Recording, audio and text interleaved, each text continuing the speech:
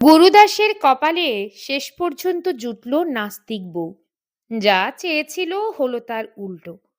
সে মনে মনে কামনা করত শান্তশিষ্ট নিরীহ ধর্মপ্রাণ মেয়ে তার বউ হবে, জপ তপ করবে, পুজো পাঠ করবে, ঠাকুর দেবতা নিয়ে থাকবে, আর তাকে একটু দেখাশোনা করবে, ভালোবাসবে, ব্যাস। বিয়ের আগে অলকার বাপ মাও বড় মুখ করে বলেছিলেন তাদের মেয়ে খুবই শান্তশিষ্ট, খুবই ঠান্ডা, ধর্মভীরু, পথে ঘাটে মন্দির দেখলেই নমস্কার করে। কিন্তু বাস্তবে দেখা গেল উল্টো। অলকা কোনো দেবতার কথা শুনতেই পারে না, শুনতে চায়ও না, বরং তাদের নিয়ে ঠাট্টা মশকরা করে। আসলে একটা ভুল হয়েছে গুরুদাসের। সে সুন্দরী মেয়ে দেখে সাত পাঁচ না ভেবে ঠাস করে বিয়ে করে ফেলেছে। মেয়ে যে মাধ্যমিকে 3বার ফেল, সেটা মাথায় রাখেনি, এক্সট্রা খোঁজ খবরও করেনি। অলকার বাবা ধনী, তিনি সরকারি চাকরিওয়ালা ছেলে দেখে হিতাহিত জ্ঞানশূন্য হয়ে পয়সার লোভ দেখিয়ে গুরুদাসকে ম্যানেজ করেছে। মেয়েটাকে এক প্রকার জোর করেই গছিয়ে দিয়েছে। গুরুদাস ধর্মভীরু, ঘরে অন্তত 5টি ভিন্ন ভিন্ন জায়গায় দেবদেবীর ছোট ছোট মূর্তি রাখা। যখন যার কথা মনে আসে দৌড়ে তার কাছে গিয়ে আরাধনা করে, করজোড়ে দাঁড়িয়ে থাকে চুপ করে, চোখ বুজে বিড়বিড় করে কি যেন বলে। গুরুদাসের বাড়ি গ্রামে, বেলে পাড়া, চাকরি সূত্রে কল্যাণী থাকে। শকুনা অঞ্চলে একখানা ছোটখাটো বাড়ি বানিয়েছে বউ হয়ে। অলকা এসেই দেখলো ঘর, বারান্দা, ব্যালকনি সর্বত্র দেবতার ছড়াছড়ি। যেখানে সেখানে পলিথিনের প্যাকেটে ফুল, সম্ভবত এগুলো ধর্মক্ষেত্র থেকে কালেক্ট করে আনা।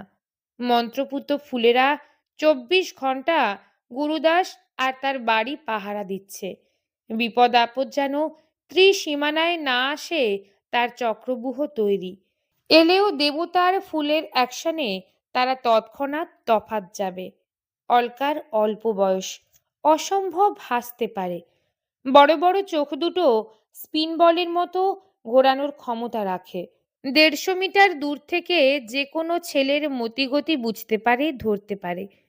এহানো মেয়ে বাড়ি এসে ভেজাল বাঁধাবে, এটাই স্বাভাবিক। ফলে গুরুদাস পড়ল মারাত্মক ফাপড়ে। ফুলশয্যার দিন 15 পর এক সকালে ঘুম ভেঙে গুরুদাস বিস্ময়ে দেখল তার পায়ের কাছে ফুল রাখা। দেখেই বোঝা যায় সদ্য তোলা হয়েছে। বিছানায় ফুল দেখে গুরুদাস তিড়িং করে উঠে বসল, হাই তোলা ডিউ রেখে ভয়ে ভয়ে অলকাকে ডেকে চোখ বড় বড় করে বলল, কি সর্বনেশে কাণ্ড করেছ দেখো। ভুলে দেবতার ফুল বেড কভারের ওপর রেখেছ, সরাও, পায়ের কাছ থেকে ফুল সরাও আগে। অলকা ফুল সরিয়ে নিয়ে গেল। এর ঠিক 3-4 দিন পর ভোর রাতে অলকা হঠাৎ ঘুম ভেঙে দেখল বিছানায় গুরুদাস নেই। সে তড়িঘড়ি উঠে ভয়ে ভয়ে ঠাকুর ঘরে এসে দেখল গুরুদাস চুপ করে বসে আছে চক্ষু বুজে, যেন ধ্যান করছে। অলকা 2-3 বার জোরে জোরে কেশে ঠাকুর ঘরে ঢুকে সরাসরি গুরুদাসের হাত ধরল, তারপর টানতে টানতে নিয়ে এলো বেডরুমে। গুরুদাস অত্যন্ত আশ্চর্য এবং বিরক্ত হয়ে বলল, কি কাণ্ড, অলরেডি অমাবস্যা লেগে গেছে, এখন জপ তপ না করলে ফল পাওয়া যাবে না, সরো, ঘুমাও গিয়ে। অলকা গেল না, হাত ছাড়ল না, উল্টে দুষ্টু হাসি হেসে বলল, চলো, এখন ঘুমাবে, ধ্যান যজ্ঞ যা করার সকালে করবে। জ্যান্ত বউ বিছানায় ফেলে নকশা, উঠো। গুরুদাস খুব ভয় পেয়ে জিভ কেটে বলল, উড়ি উড়ি, সর্বনাশ হয়ে যাবে, কি অলক্ষণে কথা। অলকা কোনো কথাই শুনল না, গুরুদাসকে টানতে টানতে নিয়ে এলো শোবার ঘরে। গুরুদাস অত্যন্ত বিরক্ত হলো, বিছানায় বসে নতুন বউয়ের দিকে চেয়ে রইল অনেকক্ষণ। শেষে অত্যন্ত রেগে বলল, তুমি কিন্তু খুব খারাপ, নোংরা বিছানায় ফুল রাখো, আরাধ্যা দেবতা নিয়ে মশকরা করো, দেবতা রুষ্ট হলে কি হবে ভেবে দেখেছো? ছাড়ো, যেতে দাও। বলেই সে এক প্রকার জোর করে আবার গিয়ে ঢুকলো ঠাকুর ঘরে। আজ রবিবার, প্রতি রবিবার কল্যাণীর এক কালী মন্দিরে যায় গুরুদাস। এটা তার নিয়মিত অভ্যাস। ঝড় জল শীত গরম কামাই করে না। সেখানে গিয়ে ঘন্টার পর ঘন্টা বসে থাকে। কখনো কখনো যায় কুলিয়াপাট বিপদভঞ্জন মন্দিরে।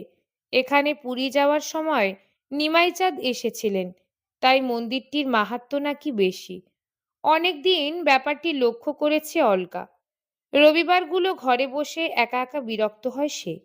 বাড়িতে আর কেউ নেই, কতক্ষণ চুপচাপ থাকা যায়। গুরুদাসকে ফোন করে ডাকবে সেই উপায় রাখে না। চালাকি করে ফোন নিয়ে যায় না। সবচেয়ে আশ্চর্য ব্যাপার, বাড়িতে নতুন বউ, এটা তার খেয়ালই থাকে না।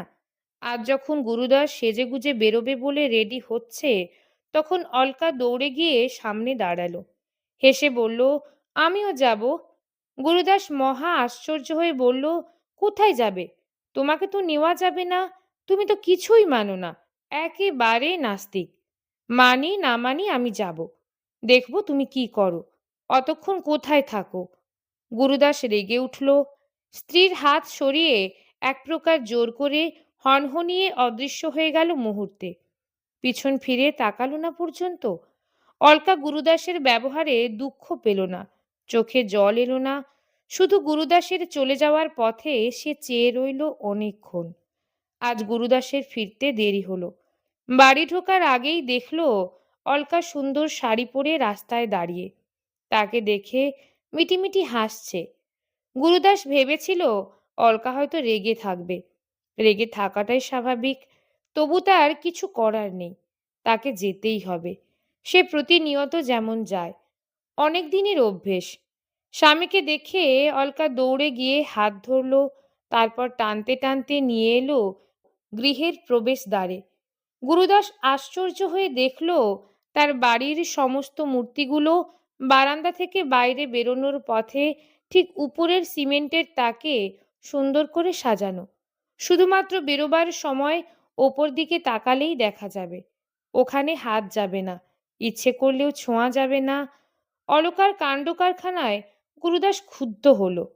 কিছু একটা বলতে যাবে, তৎক্ষণাৎ অলকা তাকে এবার টানতে টানতে নিয়ে এলো যেখানে ওই মূর্তিগুলো রাখা ছিল। টানতে টানতে নিয়ে এলো যেখানে বসে সে ধ্যান করে।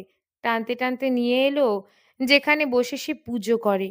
একদম শেষে বেডরুমে নিয়ে এসে বসিয়ে ঠান্ডা মাথায় আর একবার নতুন করে হেসে বলল, তুমি যখন বাড়ি ছিলে না তখন এই কাণ্ড করেছি, বলো ভালো করিনি? গুরুদাস চুপ করে বসে রইল স্তব্ধ হয়ে। অনেকক্ষণ ভাবল, অনেকক্ষণ অলকাকে এক নজরে দেখল। তারপর তার চোখ বেয়ে কখন যেন জল এসে টপ টপ করে পড়তে লাগলো বিছানায়। সে ধীরে ধীরে উঠে গিয়ে অলকার হাত দুটো ধরে তাকে বুকে টেনে নিল। মাথায় হাত বোলাতে বোলাতে বলল, তোমাকে কে শিখিয়েছে এগুলো? আমি তো কোনোদিনও ভাবিনি এভাবে। তুমি আমার থেকে অনেক বড় মনের অলকা, অনেক বড় মনের। গুরুদাসের বুকের ভেতর থেকে অলকা ছোট ছোট করে বলল, দেবতার থেকে মা বাবা যে অনেক বড়, তাই তো গোপনে তোমার বাবা মায়ের মূর্তি গড়তে দিয়েছিলাম। আজ তুমি বেরিয়ে গেলে সেগুলো নিয়ে এসে তোমার পছন্দের জায়গায় রেখেছি। ওনারাই যে আমাদের দেবতা গুরুদাস। ওনাদের আশীর্বাদ ভগবানের আশীর্বাদের চেয়ে অনেক বড়। দেখো তুমি, আমাদের আর কখনো বিপদ হবে না। বাবা মায়ের আশীর্বাদ থাকলে সন্তানের অমঙ্গল হতে পারে না, কক্ষনো না।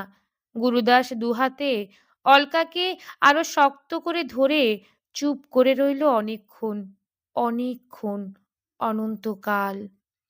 কলমে বাবুরাম মণ্ডল, পাঠে রুম্পা বিশ্বাস।